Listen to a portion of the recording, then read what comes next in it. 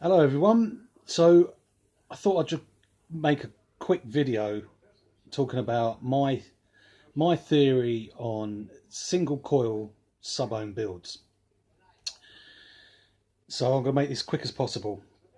Basically, there's so many different coil builds out there. Every different coil has different properties. You'll get different flavor, different ramp ups. So there's so many different materials, Canthal, stainless steel, Ni80, and every coil performs different. So for me, I've found one way of doing a really good single sub-ohm coil that it's a lot of hassle to make this particular coil, and I'm not going to build it today. I'm just going to talk about it and give you the idea, and if you're interested then you can go ahead and give it a go yourself. But I'm sharing this with you because I've it's taken me a long time to get to this point, to get the satisfied vape that I've been looking for. So it started out that when I used to do all the other types of coil builds, like parallel wraps, parallel coils, I tried a few different ones, and basically a lot of these ones where you're using a lot of these coils where you're using, say, like 5 or 6 strands or 4 strands, and then you clapton them, aliens, that kind of thing. You can get spit back with some of these stranger coils. The more artistic coils tend to have a little bit of soft spit back. And me personally, I started to look into flat wire. Now I love flat wire. I've got boxes and boxes of UK flat wire. I buy flat wire from Crazy Wire company as well. And every time I was doing these builds, to get a single coil down to the exact ohms of what I want, I was struggling with. And yeah, you can do basically any coil you like and then do a parallel wrap with that coil and get it down to the ohms of what you want.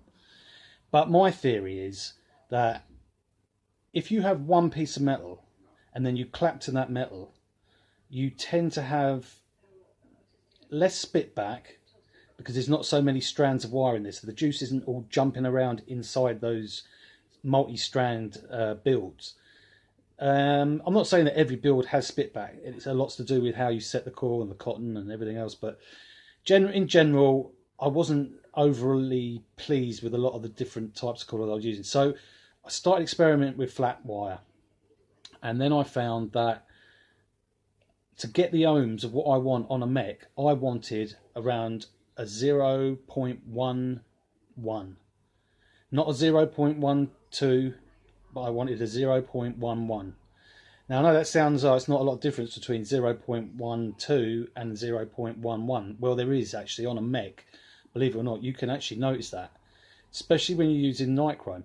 So basically what I found was 18 gauge would get me down to that 0.11, but they didn't do flat wire. And you look anywhere you can. I'll give anybody a £10 bet now. If you can find 18 gauge Ni80 flat wire anywhere, I'll give you £10 because you can't get it. So that left me with one thing to do: buy my 18 gauge round wire. And then I made this. And what it is a mini anvil. And what I did was, if you look in the top there, there's a groove that runs. There's 2 grooves actually, but I filed out a groove. It's just a piece of wood with the anvil bolted on and siliconed on, so it can't move. And basically what I'll do is I'll get my hammer, get my 18 gauge, lie the round wire in the groove, and I made the groove so it fits. It's basically the groove is as thick as I want that flat wire to be. So I obviously, like, I got my normal flat wire that I get from Flat Wire UK, laid it in the groove, carried on with a metal file, filed it down, made that groove perfectly to the right depth that I needed. So when I hammered it, my hammer would only go as far.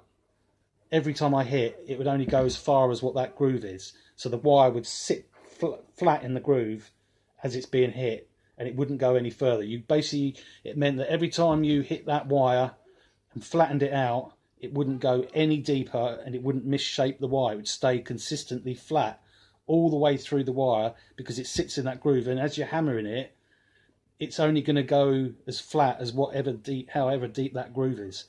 And it worked. And basically, where's my little piece gone? There it is. So that's what it looks like. Obviously it's not very straight, this one, but if you can see that, that's how flat you can get it. I'll turn it that way, and then it's been claptoned with one of these. You know, these things, you can pick these up so cheap now. So after I hammer out my 18 gauge round wire, flatten it all out, get a nice big long strip of it, clapton it up with some 36 gauge, I get this. And this is coming in at 5 wraps on a 3mm bit at 0.11, which is perfect. And that's how I get my sub-ohm single coil builds. Now I've got a whole box of them here. This is how they look when they're finished. Nice big chunky coils. I've got a whole box of them there. I'll make a load of them up, and that's how I do it. And this is how they perform quickly. So what I'm trying to say is, if you're looking for a nice single coil for a mech,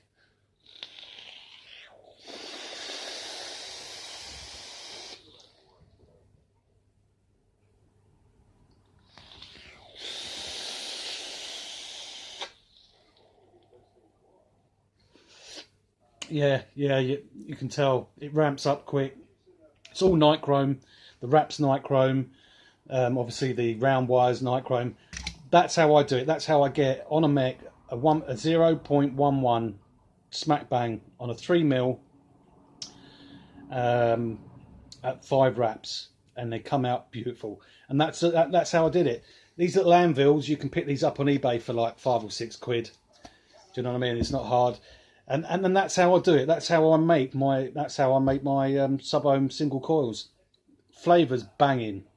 I don't get any spit back with flat wire. That's what I'm trying to get at here. Flat wire just doesn't seem to have as much spit back. As long as you pack that cotton in nice and tight. That's it, guys. That's all I wanted to share with you. That's how I do it. That was after experimenting with all different gauge wires.